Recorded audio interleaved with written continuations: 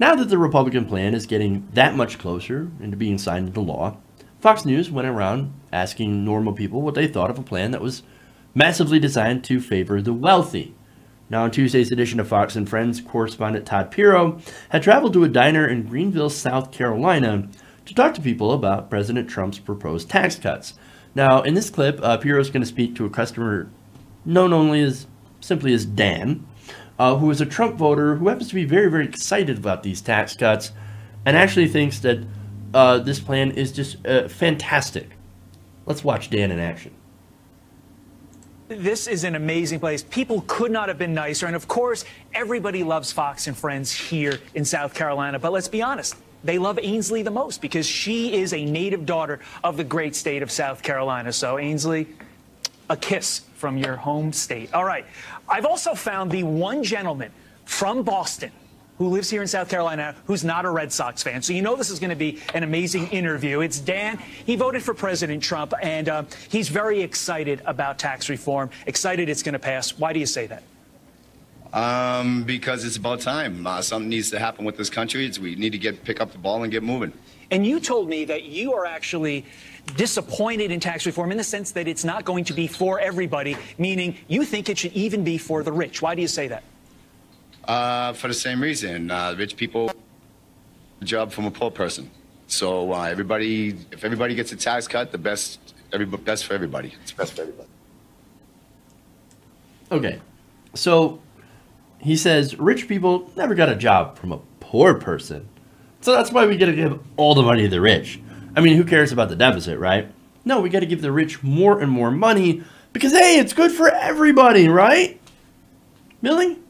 Look, there's a significant chunk of people who immediately will start paying more taxes under this plan. These are not rich people. These are people under $30,000 a year. And eventually, people making under $75,000 a year will also pay higher taxes within the decade. But not the rich. No, no, no. The rich, their tax cuts are permanent. The corporate tax cuts are permanent. Dan says, thank God for that. I'll pay more if it means those poor corporations will continue their tax cuts because we got to get the ball rolling. We got to get the ball rolling. Look, it's been proven that 80% of this tax cut plan goes to the rich. The benefits will.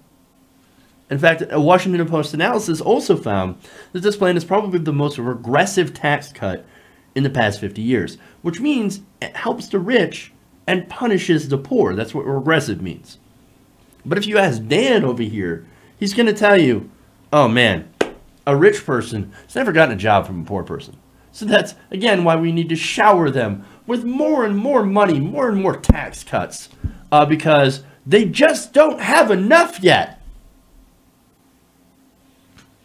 You know, maybe instead of showering the rich with more and more money, maybe we should actually help the poor and extend opportunities so that they too one day can become job creators, or at least to make sure that they have enough money to participate in a healthy way in our economy, which right now, with the levels of income in wealth inequality, the stagnation of wages today, these people don't have the opportunity to do so.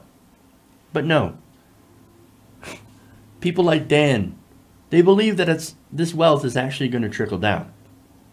Supply-side economics is the biggest scam in American history. How anybody could still believe in it is beyond me.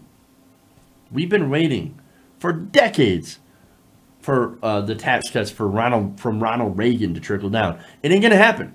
We're still waiting for the trickle down for the Bush tax cuts to happen. It's not going to happen. It's never going to happen. Tax cuts for the rich do not trickle down. And look, if you think that, okay, look, even if it doesn't trickle down, at least they'll create jobs, right? No, CEOs themselves have said that all they're going to do with the money from this gigantic tax cut is to pay down their debt and then do stock buybacks, which all that's going to do is going to increase gains for their shareholders. This is a shareholder, this is a gift to their shareholders. It's a gift to the wealthy. It's a big sloppy wet blowjob. I was going to say kiss, but it ain't. It's worse. It's worse. This is a game changer in the economy. And look, these corporations, they're not going to create more jobs. The CEOs, all they're going to do, the CEOs and shareholders, are just going to put this money right in their pockets. Why? Because it's not because they're bad. It's because there's no reason to create jobs. There's no incentive to create jobs. Jobs are created by consumer demand. When people in the middle class actually have money to spend, they go and spend it. That drives demand, and that actually helps create jobs. It does not trickle down. Look, what this is, this tax bill is a gigantic transfer of wealth from the poor and the middle class to the very, very rich. Even if we're not paying for it directly in higher taxes, we're paying for it in less government services and more debt. Again, this is going to increase the deficit by 1.4 to 1.7 trillion, depending on which bill you're looking at. That debt gets saddled on. Okay, that debt does not go anywhere. That debt increases.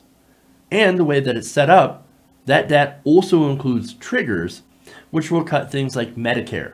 And it will allow the Republicans to make an argument down the road that we need to cut Medicare, Medicaid, and Social Security to the bone to pay for these tax cuts, to help pay for down that deficit that they created. That's the plan. That's the plan. But no, people like Dan, they're like, no, it's going to help everybody. Well, tell me, Dan, how does that help everybody? I mean, there is, for example, a special break for private jets, right? There's a special tax cut in this bill for private jets, but it eliminates a special break for teachers that buy school supplies out of their own pocket. Tell me, Dan, how does that help everybody? Oh, well, everybody has access to a private jet. You got me there, Dan. You got me there. Look, this dude is just one example, but there are so many people out there now that are incredibly ignorant and incredibly uneducated. These are the people that deny basic facts and then cheer on a bill that is designed to fuck them over in the end. The only reason that you should be happy about this bill, or I should say the only people happy about this bill, are CEOs of large corporations or millionaires and billionaires. Those are the only people that should be happy about this bill because they're the ones that are going to benefit the most from it. If you are neither of those things, well then, bend over. Prepare to get screwed.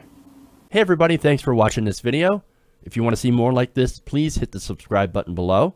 And if you want to support truly independent progressive media, please consider becoming a patron at patreon.com/TYTNation.